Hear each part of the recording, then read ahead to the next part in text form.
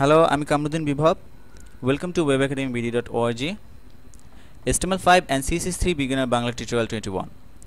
So আমরা এই টিউটোরিয়ালে দেখব চাইল্ড সিলেক্টর সম্পর্কে ধারণা নিব। দেন আমি একটা টেক্সটকে কিভাবে অ্যালাইন করতে হয়, মানে লেফট রাইট অ্যান্ড সেন্টার করার দুটি পদ্ধতি দেখাবো আপনাদেরকে। ওকে, আমি নোটপ্যাড প্লাস প্লাসে চলে যাচ্ছি।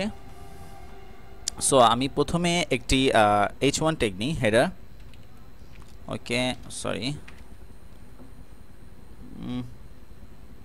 just hello world.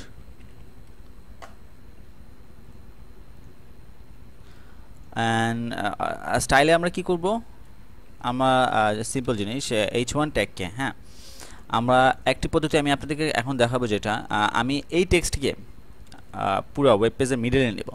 এখন মিডলে নেওয়া যায় কিভাবে? আমি একটি আছে যে আপনাদেরকে মার্জিন লেফট অ্যান্ড রাইট সম্পর্কে ধারণা দিয়েছিলাম। হ্যাঁ, আপনি মার্জিন লেফট দিয়ে আপনি 200-300 পিক্সেল করে আপনার চোখের ধারণা অনুযায়ী আপনি মাঝখানে নিতে পারবেন, কিন্তু আপনি কিন্তু বলতে পারবেন না যে মাঝখানে গেছে কিনা। বাট এক এক মনিটরে যখন ইউজাররা এক এক মনিটরে ওপেন করবে আপনার ব্রাউজারটি, তখন এক একজনের মিডলে কিন্তু সবার থাকবে না, একজনে একটু বাম পাশে থাকবে, একজন একটু ডান পাশে থাকবে। সো এইটা কিন্তু একটি টেক্সটকে মিডল করার পদ্ধতি না।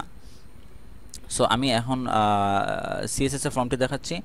H1 আমরা H1 ট্যাগকে ধরলাম, হ্যালো ওয়ার্ল্ডটাকে আমরা মিডল করব। ওকে, টেক্সট অ্যালাইন মিডল লিখব না, আমি লিখব সেন্টার। ওকে, নাও আমি রান করি, এখন লঞ্চ ইন ফায়ারফক্স। দেখেন টেক্সটটি পুরো ওয়েব ব্রাউজারে মিডলে চলে এসেছে। এই টেক্সট অ্যালাইনের জায়গায় আপনি দিতে পারেন লেফট ও রাইট। আপনি ইজিলি একটি টেক্সটকে এভাবে মিডল করতে পারেন। ওকে, এখন আমি CSS এর পদ্ধতি দেখালাম। আমি এখন দেখাচ্ছি যে আমি CSS ইউজ করা ছাড়া কিভাবে সেন্টার করতে পারি। আপনি সেন্টার ট্যাগ ইউজ করতে পারেন। সেন্টার ট্যাগ ইউজ করে মাঝখানে হ্যালো ওয়ার্ল্ড লিখতে পারেন, এটি একটি পদ্ধতি। আরেকটি পদ্ধতি হচ্ছে, আমি ওখানে কি লিখেছিলাম, text align centre left or right. হ্যাঁ, এখানে লিখব শুধু অ্যালাইন। দেখেন অ্যাট্রিবিউটটি রেডি হয়ে গেছে, অ্যালাইন ইকুয়াল টু সেম একই জিনিস সেন্টার। দেখেন রাইটে ছিল, আবার সেন্টারে চলে এসেছে। সো আপনারা এই পদ্ধতিতেও করতে পারেন, এখানে সেন্টার লেফট রাইট যা ইচ্ছা তা দেন, এই পদ্ধতিও করতে পারেন, অথবা আপনি টেক্সট অ্যালাইন দিয়েও করতে পারেন। হ্যাঁ, যখন এটি ডিভ দিয়ে একটা বক্স ক্রিয়েট করবেন বা পুরা অনেক কিছু যখন সেট আপ করা থাকবে, তখন পুরো জিনিসটাকে আইডি ধরে, আপনি পুরো জিনিসটাকে ডিভের মধ্যে ধরে আইডি করে ও আইডিতে টেক্সট অ্যালাইন আপনি CSS এ করলে বেশি বেটার হয়। বাট ছোটোখাটো জিনিস, সাপোজ আমি এই লেখাটাতে করুন, এখানে করে ফেললেই ভালো হয়। বাট যখন এই style.css গ্লোবাল থাকবে, আপনার 100টা পেজের মধ্যে প্রত্যেকটা H1 ট্যাগের হ্যালো ওয়ার্ল্ড মিডল হবে, তখন এই গ্লোবাল CSS আপনি কিন্তু অবশ্যই এখানে করতে হবে। So that's it.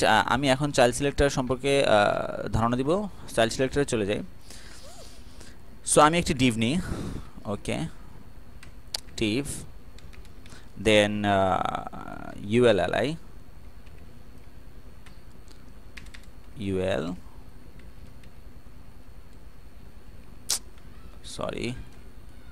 ULLI। Okay, test 1,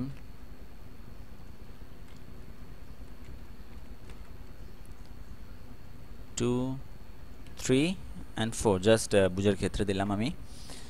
okay, save. আমি ডিভে একটি না, ডিভ আপাতত কিছু জিনিস একটু পরে নিই। ওকে, এখন দেখেন, সরি 1 মিনিট, আমি আরেকটি ULLI এখানে ক্রিয়েট করি ডিভের বাইরে। Test 5, 6, 7 and 8। সো আমি যেটি দেখাবো CSSটা করে দেখেন। আমি প্রথমে ডিভটিকে ধরলাম।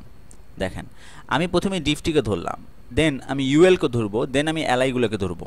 হ্যাঁ, বিকজ আমি চাচ্ছি কি এই টেস্ট 1, 2, 3, 4 এই চারটিকে এটা কালার করব। হ্যাঁ, সো প্রথমে আমি ডিভ ধরলাম, দেন UL ধরলাম, দেন LI ধরলাম।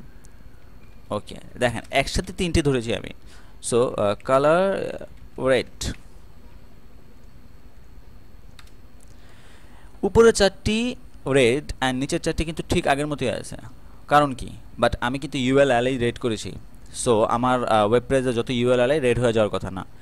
এখানে দেখেন প্রথমে আমি ডিভটিকে ধরলাম, যেই ইউএলএলআই ডিভের ভিতরে আছে, হ্যাঁ ডিভ ইউএলএলআই, যে ইউএলএলআই ডিভের ভিতরে আছে সেম এই ফর্মে ডিভ ইউএল অ্যান্ড এলআই, সেই এলআইগুলো ডিজাইন হবে, আর বাকিগুলো কিন্তু ডিজাইন হবে না। আপনি যদি এভাবে দিতেন, হ্যাঁ তাহলে কিন্তু সব ইউএলএলআই ডিজাইন হতো, দেখেন সব রেড হয়ে গেছে। সো এভাবে আমরা অনেক রকম কাজ করতে পারি। লাইক দেখেন ক্লাস, আমি দুইটি ক্লাস নিই, ক্লাসের নাম টেস্ট দিলাম, আমি ক্লাস একই নাম দিই টেস্ট, সরি ওকে। এখন ইউএলএলআই জায়গায় আমি দিতে পারি ধরেন ডট টেস্ট, আমি আমার ক্লাসের নামটা দিলাম। এখন দেখেন একটি ডিফল্ট হয়ে গিয়েছে, আগের মতোই আছে কালো দুটি, যেখানে ক্লাস দুটি আছে ওইখানে কাজ হয়েছে। সো আপনারা সেম এই পদ্ধতিতে হ্যাঁ যত দূর নিতে পারেন, ডিভ ইউএল টেস্ট, আপনার ক্লাসের নাম আইডি, বা প্রথমে আইডি ধরলেন, এভাবে ধরে ধরে ধরে ধরে মানে জিনিসটাকে ক্যাচ করা যে আমি কাজটি করব কোনটা, হ্যাঁ কোনটার মধ্যে আমি সিএসএস এ কাজ করব। সো এভাবে আপনি চাইল্ড সিলেক্ট করতে পারেন যে কিভাবে মানে সিলেক্ট করে একটি পর একটি সিলেক্ট করে আপনার সিএসএস করতে হয়। সো দ্যাটস ইট, আজকে এটুকু পর্যন্ত। Thank you for watching, like, comment and share, and please obviously subscribe.